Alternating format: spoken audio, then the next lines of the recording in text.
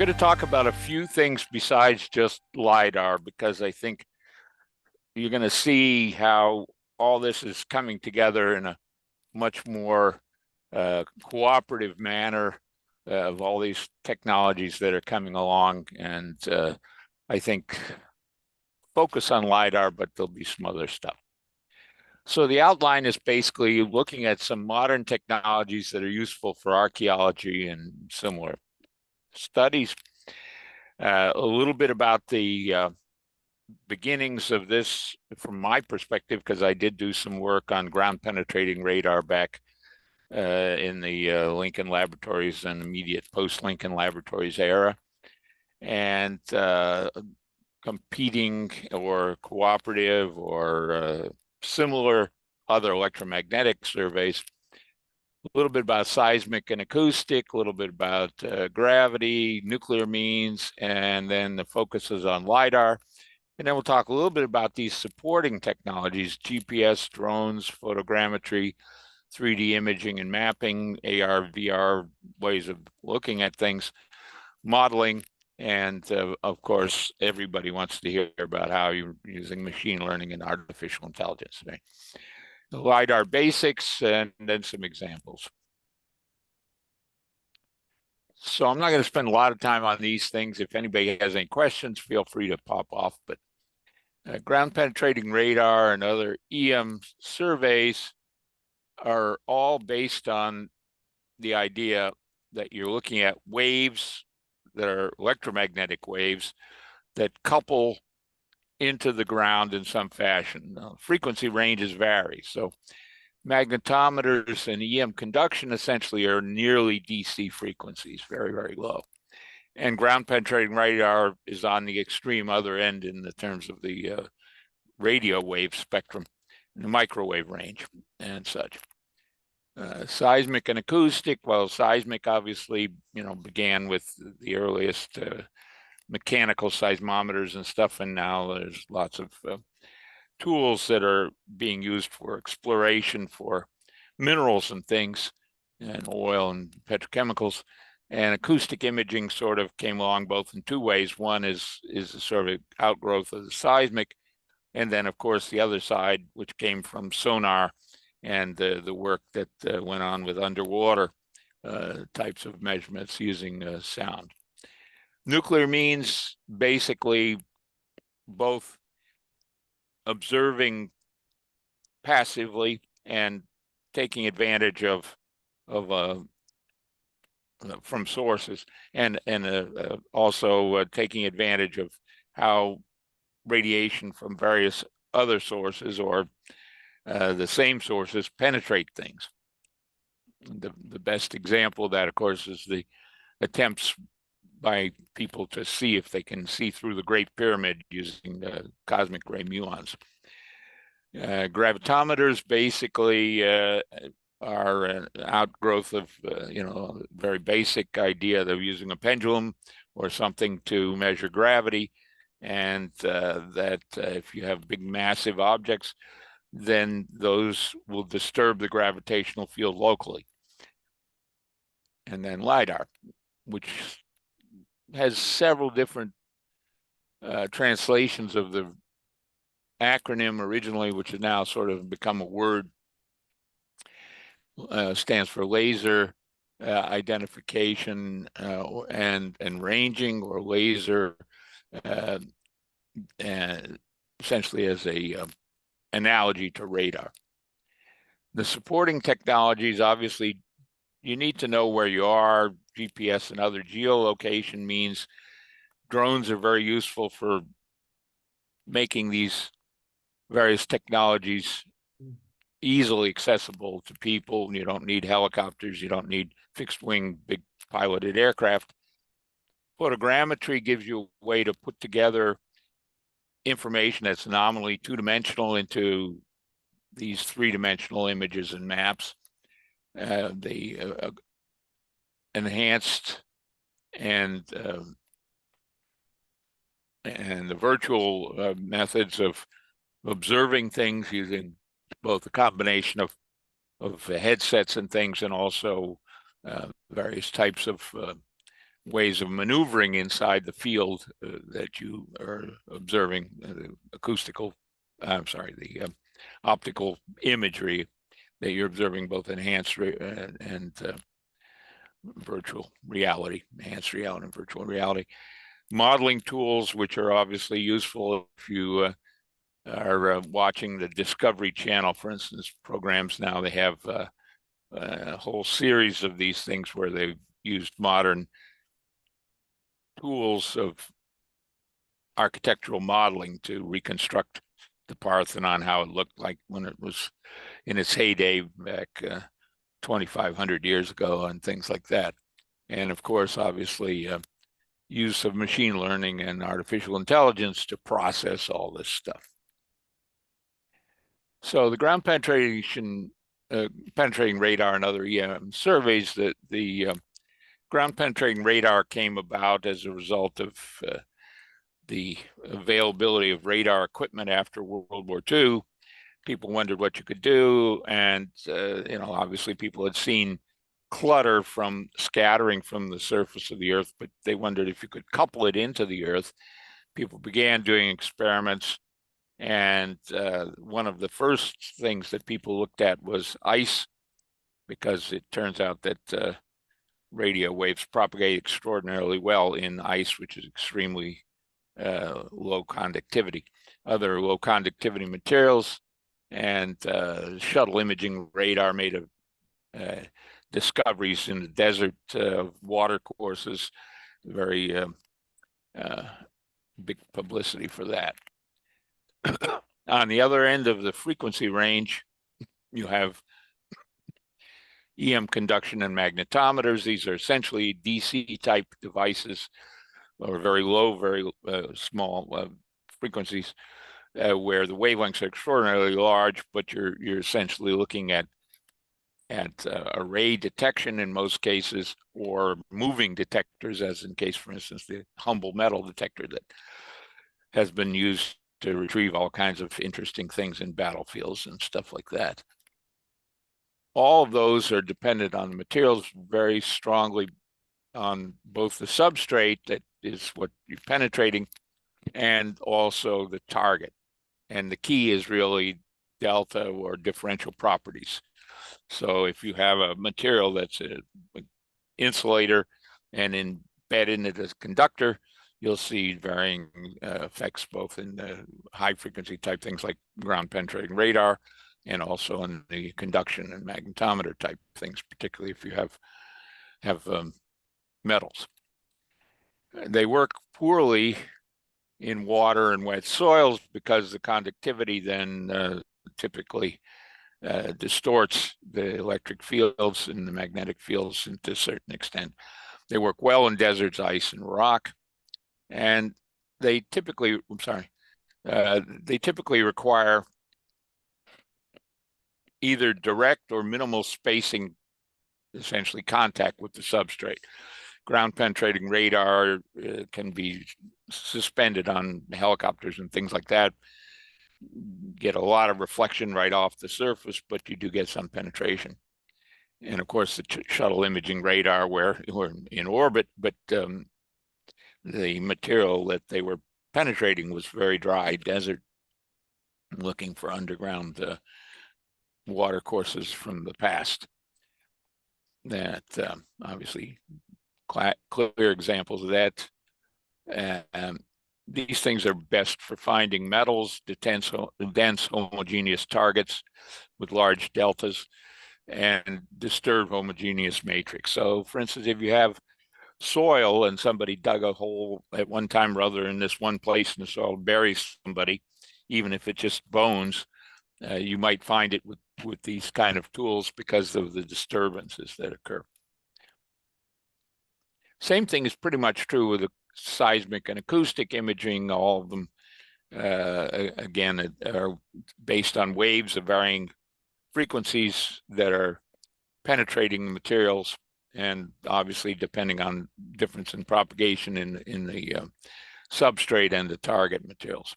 Similar kinds of conditions apply in terms of their conditions that they work well in, and also the need for direct contact. And of course, the exception to the direct contact is when the sensor itself is submerged in the substrate material in some ways, in that for instance, underwater acoustics and underwater imaging. Obviously, either require arrays of sensors on the ground typically, or underwater you often have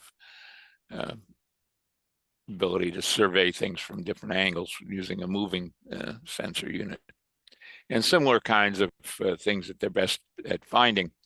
Example here would be underwater shipwrecks, which are very nice targets for acoustic type things.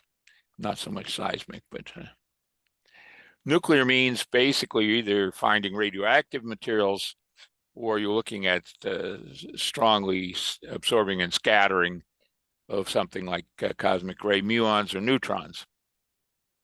The gravitometer is obviously, you need to disturb the gravitational field of the Earth. That is typically, you can sense parts per million easily, parts per billion if you're very lucky. And so you typically need fairly large, massive things like buried pyramids, tombs, and temples, or of course, huge outcroppings of dense material like meteorites that are buried in the ground. And then we get to LIDAR, laser imaging and ranging.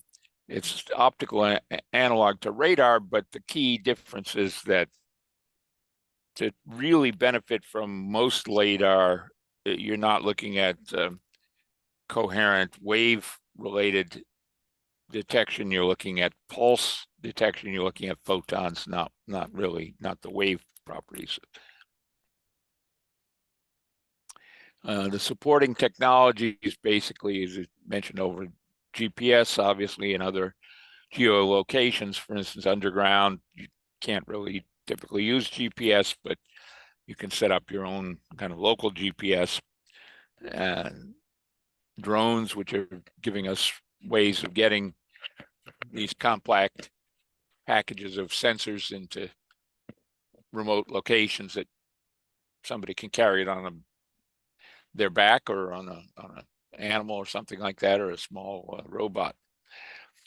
Photogrammetry, as I said, stitching things together is a very good example of that. In the last 10 minutes or so of the Josh Gates recent, about a year, I guess, ago program, 2 hours worth of it on basically finding the origins of human civilization. In the last 10 minutes of the second hour, he goes to a site in the southern part of South Africa where people holed up during the Ice Age, and he spent 5 minutes swinging around on a rope, pasting targets on the rock so that can be photographed from a drone, and also positions can be measured precisely using ground-based LIDAR. The AR and VR, I meant a little bit. We had a project that we proposed and got a little bit of funding for it, called Project Pluto, which was a method of using AR and VR along with robots to map a experimental mine in Poland that is used for testing the barriers and stuff against explosions and things. And it's when I was working with the University of New Hampshire. So I went through that pretty much on. This is mostly taken from a Wikipedia article on LIDAR. Uses anything from ultraviolet to infrared to image objects. Again, think photons, not waves predominantly, though there are coherent detection means and stuff you can use with waves. Can target a wide range of materials, example, non-metallic objects, rocks, rains, clouds, and aerosols, and even specific chemical compounds. And they've gotten even down to with multiple photon absorption and Raman scattering and things like that, the single molecules. You can map physical features with very high resolution. This was from the Wikipedia, but people have done actually better than 30 centimeters. They're down in the 1 to 2 centimeter range in certain kinds of examples, typically terrestrial LIDAR, not so much from a moving object. And they've done that for buildings, temple compounds, and urbanity in various forms and various ages. And it's also been used underground inside structures and in mines and caves. The key thing that makes LIDAR fascinating is that it can penetrate dense foliage. Now, the individual photons don't penetrate the foliage, but there's places where the foliage is dense but not absolutely opaque. So there are places where individual photons can get through spaces between leaves and things and find their way to the ground and then back. The best example of that, in a sense, is if you've ever seen a partial or total eclipse of the sun going through a tree. If you stand underneath a tree, you'll see hundreds, if not thousands, of individual projected solar images. And that's because some of them make it and some of them don't. So the first applications of LIDAR that I was able to locate were in meteorology. There obviously were military applications using it for finding targets, but in the more general survey sense, the National Center for Atmospheric Research used LIDAR back in the around 1960s to September 63, this particular example. Laser and its application in meteorology and Bulletin of the American Meteorological Society. And there are some examples how they measured clouds, and both clouds, naturally occurring clouds, and pollution clouds. Apollo 15 gave an example where the Apollo in orbit around the moon used a laser altimeter to map the surface of the moon. And then in roughly 2010, people began publishing papers. There's some work that preceded that of observing, again, through forests, what things were buried by the forest. This is an example of a sort of a popular story about it that appeared in 2013. Ruins of lost city may lurk deep in Honduras rainforest. One of the things you need to get accustomed to when you're talking about LIDAR is the point cloud. Each laser pulse that's transmitted has many photons in it, and could be hundreds of trillions of them if it's a long pulse and high power, or much less if it's a small little unit that's being carried around on a drone or something like that. And a lot of the photons never make it back to the receiver, but some of them do. It still could be very large numbers of them.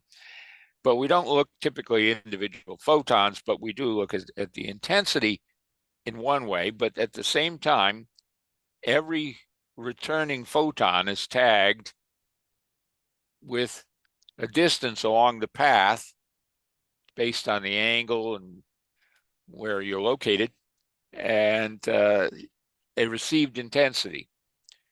And from this many photon data sets, you can, which we call a point cloud, you can strip away layers, because you can say, well, I'm only interested in those photons that made it all the way to the ground. I don't care about the ones that hit the top of the tree leaves and bounce back from the tree leaves. So here's an example. This is from a company called UTL Scientific LLC, and they basically made this available to people from the University of Houston and some other universities who took it on an airplane and discovered underneath the foliage in Honduras, in the rainforest, this mound, which turns out to be the essence of a civilization and urbanity that nobody knew about. And this is sort of how they did it. This is what it looks like at the different layers.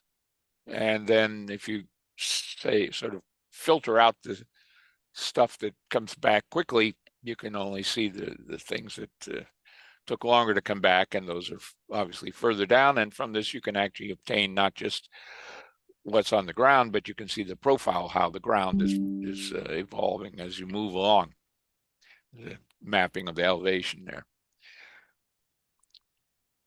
This is an example here from a company in Virginia that is called Inertial Labs. They make a bunch of things relative to locating things, but one of the products they have is something called RESPI, which is a remote sensing payload instrument. It's a combination of the GNSS aided inertial navigation, a data logger, a LIDAR, a camera, and a communication system. The whole thing is a small little package you can put on a drone. Yeah, let me start it up here. Yeah, it's pretty brief, but it gives you an example. That's a drone. What's going on, guys? Blades. My name is Will Dillingham. I'm an application engineer with Inertial Labs. Today, we are out doing a flying test with our remote sensing payload instrument at beautiful Morven Park. So you see, the thing is a part of the historic district somewhere between a softball and a basketball in size. And buildings here dating back to the late 18th century. So we are super excited to have the great pleasure being out here, flying and scanning some of the beautiful scenery here. We've got the mansion right behind me and the beautiful lawn that we've been able to do a nice little data capture here with. So we've just sat down to process and look at the results. Our flight plan was pretty standard. We flew a grid pattern at about 50 meters AGL at 5 meters per second. So we can see really good coverage and density, even under some of the trees, as well as crisp edges here on some of the larger features.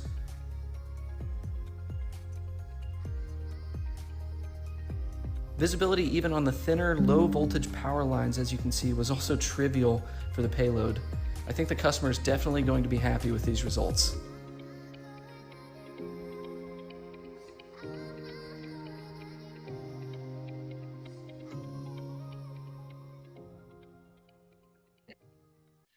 This is another one. Hey guys, Dylan Gorman here. Welcome back to another YouTube video. I know I've done a lot of stuff about photogrammetry in the past, but today we're going to be talking about LIDAR. Specifically this $50,000 setup right here, as well as why LIDAR is becoming a gold mine in the drone industry. So let's get right into this video.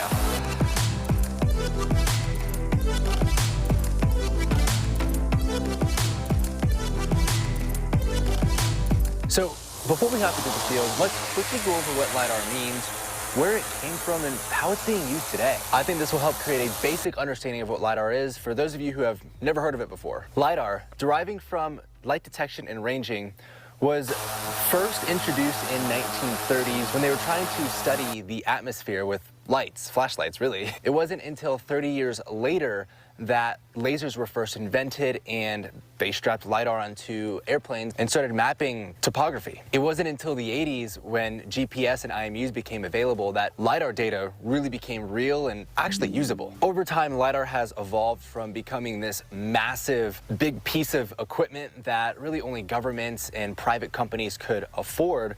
Because one, not only did you have to put it on a massive airplane, but you also had to have the funds for it. I mean, these weren't simple, you know, $20,000, $30,000 sensors. These were multi-million-dollar sensors that weighed thousands of pounds, and really it was scientists and really smart people that knew how to use it and really apply that data in real-world use cases. But nowadays, LIDAR can be had for as simple as, you know, $30,000, $40,000, put it on a drone, and, you know, a $50,000 setup can get you very similar but probably more accurate data sets that was produced almost 40 years ago. How LiDAR sensors really work is a combination of lasers that are consistently spinning at a high speed with a mirror inside, spitting out thousands of pulses of light, hence the term light detection and ranging. Combine that with GPS and IMU data, the GPS, which we all know what GPS is, alongside with the IMU, which tying the IMU data with the GPS and what the lasers are detecting creates your LiDAR data. Leveraging all three of these technologies together allows you to produce centimeter accurate models, which for surveyors, for mappers, for architects, for engineers, this data is priceless for them. I mean, people pay tens of thousands, if not millions of dollars to get this kind of data captured, whether they're the ones capturing it themselves or they're outsourcing it to, pilots like me that can go and capture that data in a fraction of time compared to sending out surveyors with total machines and, all of the other tools that they have accessible to them. We're able to do it faster with an asterisk there because every situation is unique. So LiDAR isn't applicable in every sense, but it is becoming more widespread and more common for even just freelancers to go pick up a LiDAR job for a survey company and work closely with their survey company, go and produce that kind of data, as not everyone's an expertise in all of these different kinds of tools. So that's just a high-level overview of what LiDAR is. I can go way more in depth and kind of go into the bits and pieces, nuts and bolts of it, but I'm not the expert there. I've just been really loving doing LiDAR capture as of recent, and it's just become a hotter topic in my industry as the metaverse is approaching us. And I've got a video right here that you can check out where drones really are being used in the metaverse in a big way, and LiDAR is becoming one of those tool sets that is just skyrocketing right now. So with all that being said, let's go ahead and hop into the field and let me show you what it's like and really how to capture LiDAR data properly.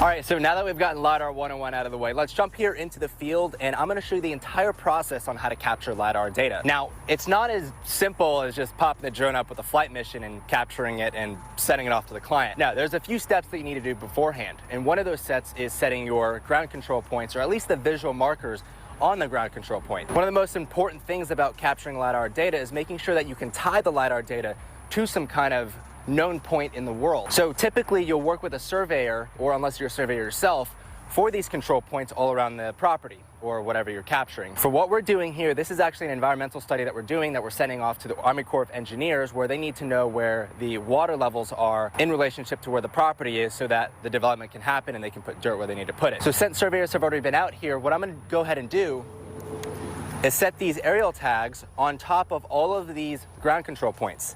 The center point here on the aerial tag is going to go directly on top of that point. These points are given to me in a CSV file or in a CAD file that will show me where all of these controls are.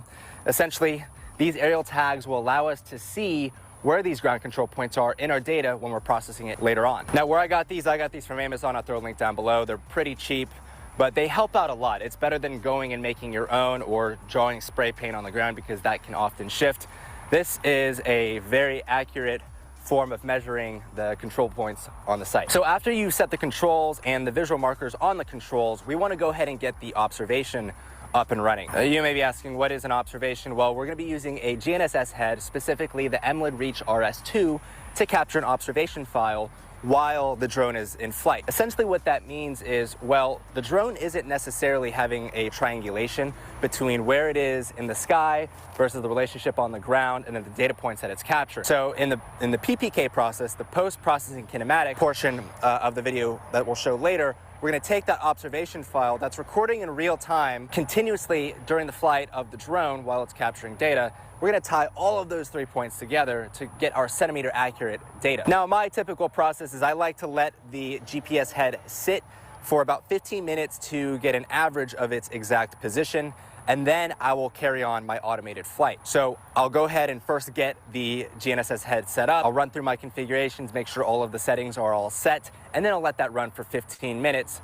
And in that 15 minutes, it's already logging its position. So now I set myself a 15-minute timer. I'll go ahead and get the drone all set up, which means I need to put the LIDAR on, the GPS on, as well as the DRTK2 unit for RTK flight for the M300. So let me just talk a little bit about the equipment that I'm using. I just mentioned that I'm using the M300 RTK from DJI. Main reason why I'm using that is, well, it has the RTK ability in it. It allows me to get a more precise flight alongside with the PPK process, which just helps the data get processed better. Additionally, with the flight times, I'm getting about a 35-minute flight time with the R2A. And then as for the LiDAR sensor I'm using the R2A from Rock Robotic.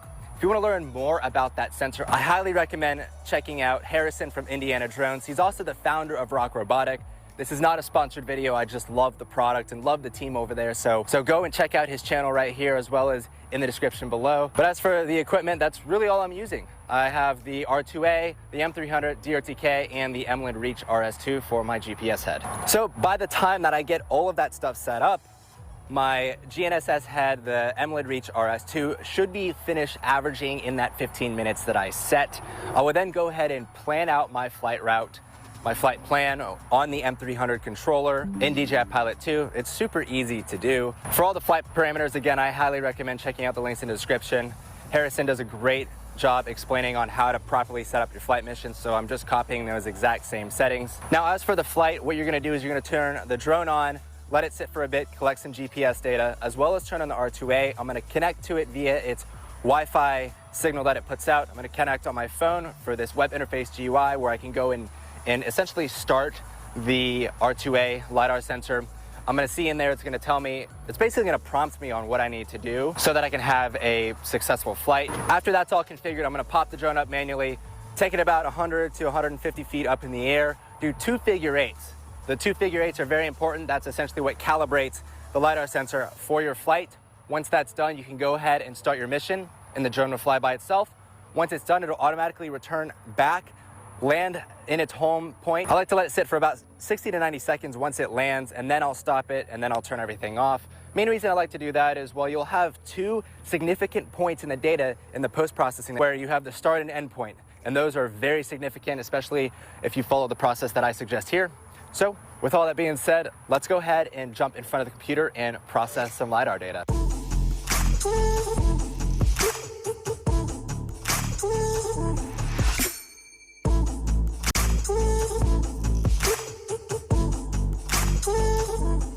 All right, so now that we did the data capture out in the field with the R2A, we're gonna take the USB drive from the sensor itself. We're going to throw it onto my laptop here. I'm gonna do a little bit of post-processing, so I'm gonna take it into RockCloud's proprietary PC Master.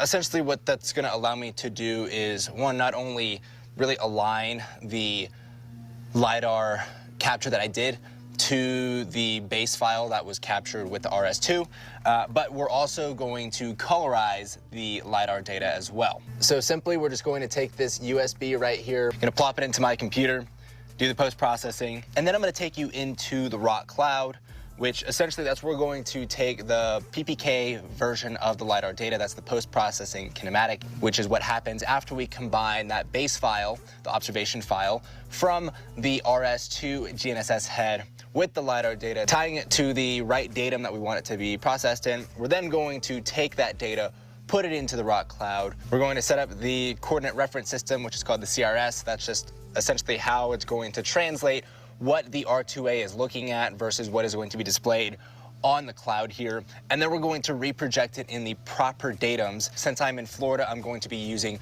Florida's datum, specifically Florida West, which is where this data was captured. It'll also allow me to send this data over to the engineers, specifically the Army Corps of Engineers, that actually is going to be looking at this data set to do a bunch of determinations and some other stuff that I don't really know what they do. But also the other stuff that they've captured and done studies on in this area uses the exact same Florida West datum. So it'll just be super easy to really look at this file in whatever they're trying to look at. It'll just plop right into any other CAD software, any other cloud viewer that they've used, and be able to analyze and process this data however they please. And you'll see all of these green points. These are the control points from what I had captured. And after I get them on here, I'm going to do what's called an alignment. It's really easy to do on the RockCloud.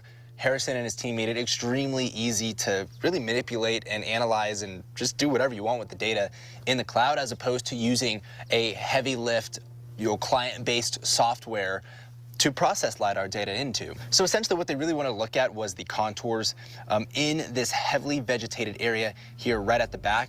So what's great about this is all I have to do is go to these layers here. I'm gonna make sure I have my contours checked here, and I'm gonna click on high. And what's going to happen is everything from the surface and up is going to get stripped out, so it's only gonna show me the ground. So you can see just a little bit of the data here, the point cloud that we're looking at, as well as the contour files. Now these are set at ½ foot. That's what they specified that they wanted to look at, because they're doing a study on where water levels are at high tide in these heavily vegetated areas, since it is really hard to get into those heavily vegetated areas without having to cut stuff out or really just brute force your way through there to look at what's going on. This allows you to look at the entire area all in one view, as opposed to just looking at photos, which you can't really tell where that photo was taken. Sure, it shows a GPS coordinate, but looking at it on here, being able to put it into a CAD software, the possibilities are endless, and people are capturing tens of thousands of acres of data every single day to do just this. And so again, it's great. All you have to really do, see, if I just want to show everything on the surface level here, I'm looking at the surface now, and we can get a top-down view right here of this vegetation. And if I just zoom in, slowly zoom in if I can, I'm in the trees here, but I am cutting straight through, looking at the contours here with ease. I don't have to get sweaty, get dirty, get bitten by snakes and spiders and whatever's living in there, because in Florida there's some crazy stuff in there. But this application is just used everywhere, and this is why I'm saying this is going to be gold in the aerial data mapping industry, as photogrammetry is only going to get you so much. And just to show you what I'm talking about, I also did a photogrammetry scan here just to show a comparison. I use the P1 camera, so it's a 45 megapixel sensor. I have made a video about it in the past. You can check it out right here. It's just so limited. I can simulate looking at a point cloud, which this is what I'm gonna do right here. I'm gonna go into the model mode and I'm gonna turn on the point cloud, but this is just everything on the surface level here. Let me just retoggle that because it likes to do some weird stuff.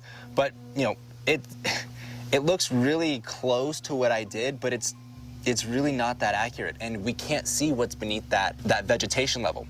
And what's really interesting here is there's actually 2 impact zones that they're really focusing on. I actually went back out a later date, recaptured 2 separate 3-acre zones, and I was able to have fully processed LIDAR data in the same day. I went, shot at 7 o'clock in the morning, got all the data uploaded by noon, and had finalized deliverables sent out by 7 o'clock that same day. 7 o'clock at night from 7 o'clock in the morning. You can't beat that, and there's no way that surveyors are going to be able to compete with something like that with traditional methods of capture. So this is a very nice presentation that National Geographic put together.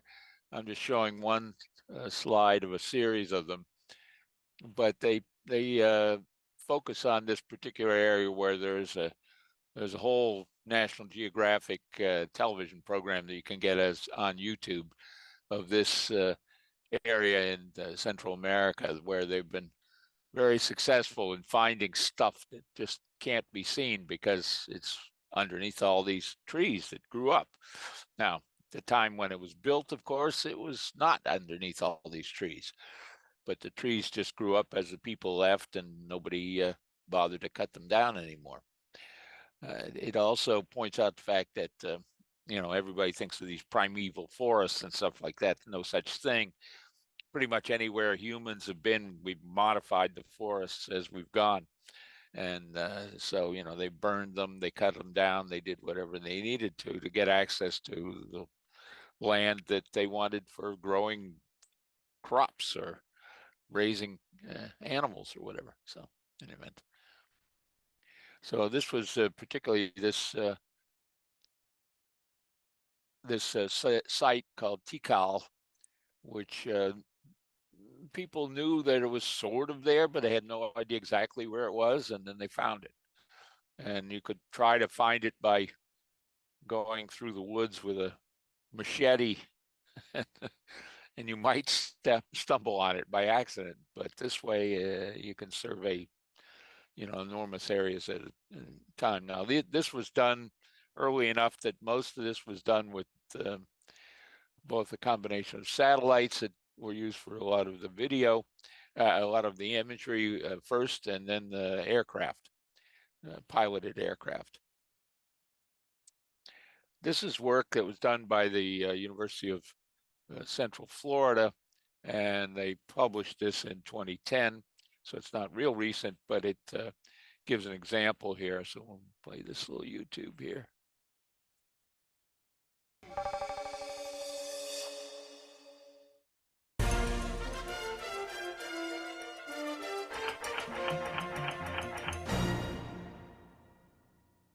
Laser technology is playing a role in a breakthrough technique for archaeology. A technique experts say could be as important as the development of carbon dating is creating a stir in trade journals and in the mainstream science media. A LIDAR system, refined by a University of Central Florida scientist in a plan to measure the size of the Earth's biomass by counting trees from space, is now being used to reveal the extent of a buried ancient Mayan city. Biologist John Weisample says the idea is the same as flying over a tree-covered site and using light from a laser pointer to map the details of the Earth's surface, just counting the photons that get through the leaves and hit the ground.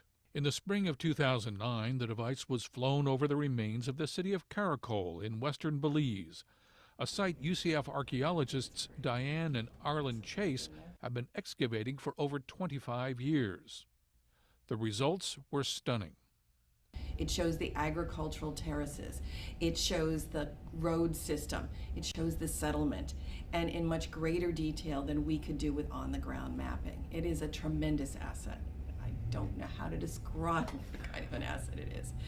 The LIDAR allows the archaeologists to confirm previous work they've done on the ground, and it gives them leads on new places to study. This is, I think, fascinating. We didn't expect this. Now, the Maya, they looked at caves as portals to the underworld. We're coming across, looking at the topography, and all of a sudden, there's a huge pit, down there. And some of these holes went as deep as 80 meters. A lot of ground study will be needed to confirm the cave sites. Well, the success of this project may change the way tropical areas are studied. LIDAR is a necessary component now for any archaeological work. It's going to be used in all tropical areas across the world because it's the first time you can actually see what's on the ground. And the Chases say it's important to use the LIDAR technology as soon as possible, given the rates at which jungles are vanishing. This is Jerry Klein for UCF Reports. It's 11 o'clock.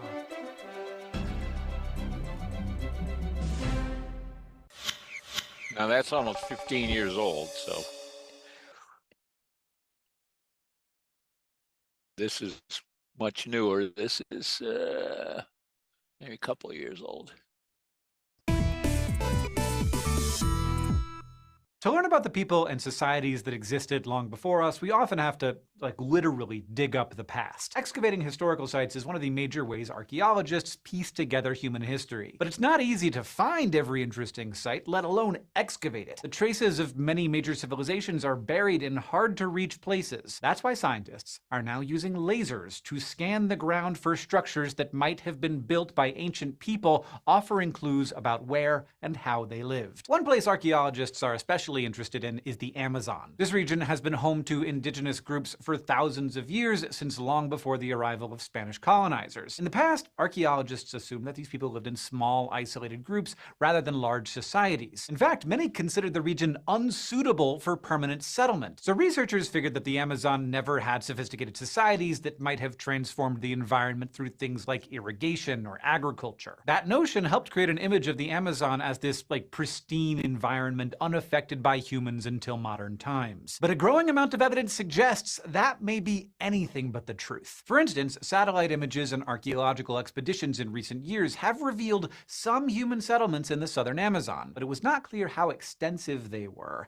Researchers also couldn't tell if they were related to each other or just self-contained sites. But there was reason to believe they could be connected. In historical accounts from the 1600s, Jesuit missionaries in this region described large villages with what they called powerful powerful chiefs and influential shamans. So archaeologists began to wonder if this could be true. It's well established that between 500 and 1400 CE, a people known as the Kasarabe lived in this region. They inhabited a tropical savanna called Llanos de Mojos. So archaeologists became intrigued by the possibility that the Kasarabe had developed a sophisticated agricultural civilization in what is now a tropical rainforest. If they had, it would suggest that human civilization may have left a footprint on the Amazon rainforest, this place that was considered untouched before modern times. But actually investigating this question was a challenge. The Amazon is vast and full of rough terrain that makes it hard to explore through ground expeditions. And an aerial view won't offer many clues because the tree cover is too dense. So in a 2022 study, researchers turned to a relatively new tool,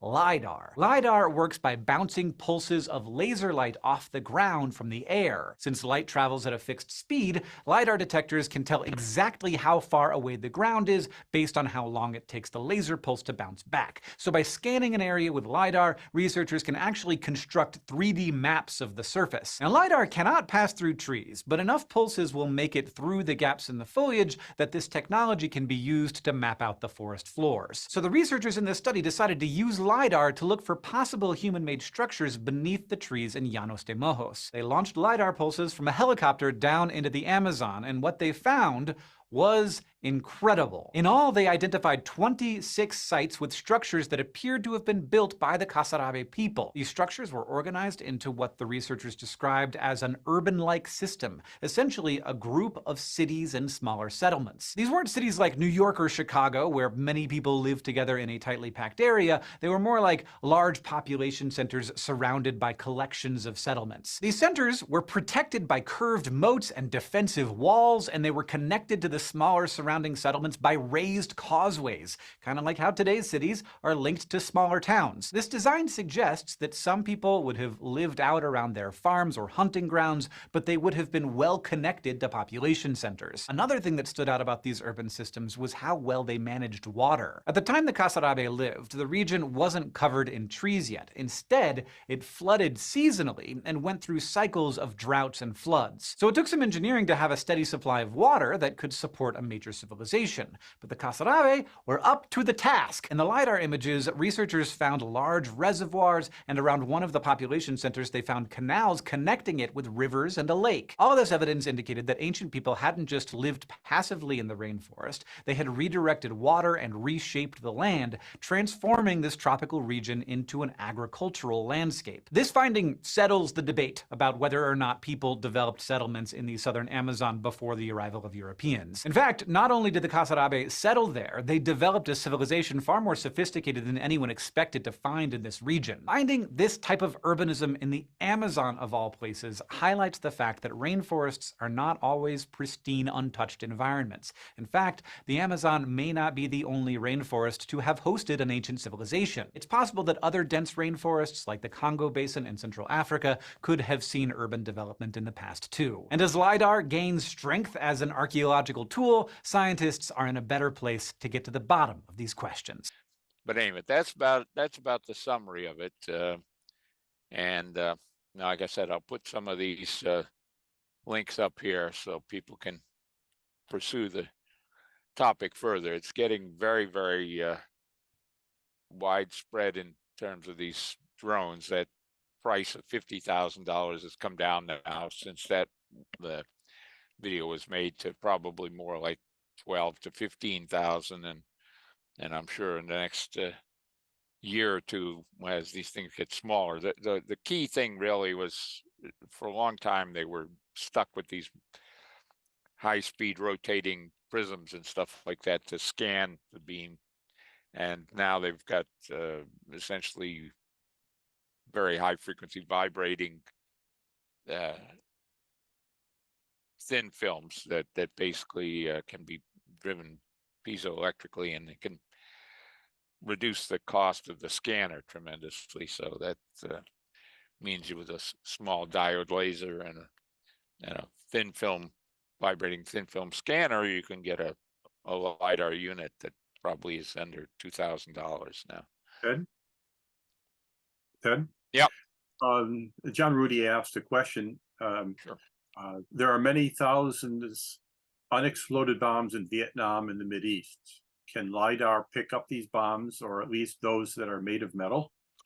Yeah, yeah. I mean, the key is really, as this British thing was pointing out in the middle of this more of it, but they're dealing with a totally different sort of circumstance than looking through the trees, and they're looking for very small variations that are buried in the landscape. So, some farmer is farming land that was once a Roman settlement and disturbed this terrain by a few centimeters, 10 centimeters or whatever, and something like buried ordnance and stuff like that. Usually there's something that disturbs the surface. So people have tried to look for things. Obviously, there's lots of funded NGO funded programs that are trying to recover land that has been damaged by war fighting or peripheral things to war fighting, like mines and unexploded ordnance and various stuff like that. So it's going to make a difference. Obviously, you can't detect these things directly with LIDAR, but you can certainly detect the ground being disturbed whenever they hit the ground or where they were buried. I know that one of the issues was that as an army is going down a road in Afghanistan or Syria or Iraq, and there are bombs that are buried in the ground, you would like to be able to see them before you run over them. They're pressure sensitive typically. Yeah, I think some of the airborne ground penetrating radar can be useful for some things like that, because especially if it's a metal case or anything like that, if it's all plastic and such, then it's hard to see, anything that's going to really determine that it's an obvious target. But if you have metal there, then the ground penetrating radar will pick it up pretty quickly.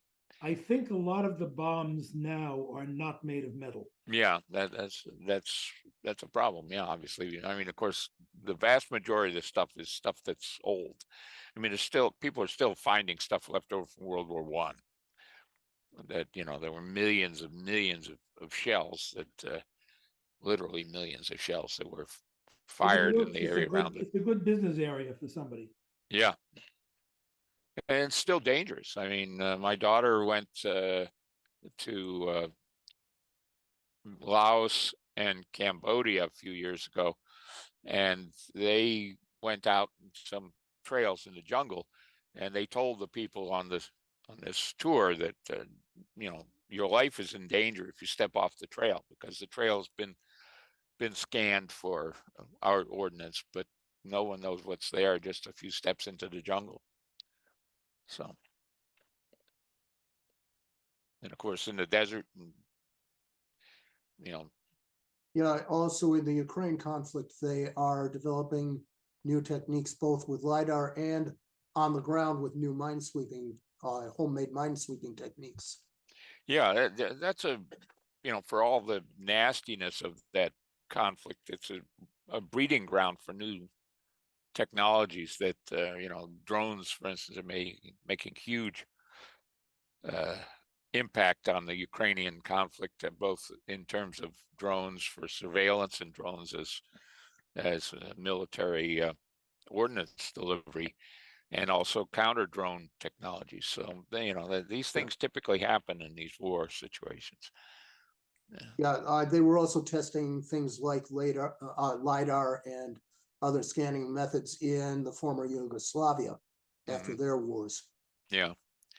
Well, anywhere where you obviously have an advanced technology environment, you're gonna have people trying to deal with these issues, because it's one thing to be looking for leftovers from thousands of years ago in the desert somewhere or in the jungle somewhere, but it's another thing when you have real life and death issues because of things lying around. I mean, when my father was born here, but he went back to Poland with his father at the beginning of the period when Poland was restored after the Treaty of Versailles. And a friend of his that he met while he was in Poland, and when my father got there, he was about 10, was killed because they came across some leftover ordnance from World War I. I'd like to just quickly call your attention to an article that appeared in November 29th, 2021 in the New Yorker. And it was fascinating about Pompeii's hidden layer, all about the excavations going on within the past couple of years in Pompeii. And I also just Googled to see if LIDAR was used or is being used in this excavation. And yes, it is. So just to take it out of the forest, take it out of the battlefield, and put it into a place also that many of us have traveled to. It's a fascinating article. Again, it's November 29, 2021, New Yorker, an article by Rebecca Mead, M-E-A-D. It's called Pompeii's Hidden Layer. Well, I know, for instance, Petra that in Jordan has been extensively scanned both from airborne and also ground-based LIDAR, and they've, obviously used it in movies and things. But my daughter and her father-in-law, because her husband's from family originally from Jordan, Syria area, they went there to visit a couple of years ago, and they saw actually archaeologists using ground-based LIDAR to precision map the entire urban area there of the Petra. Thank you for your presentation, Ted. Very Thanks, Ted. Thank you, Ted. It was great. Thank you, Ted. Well, thank you for the audience.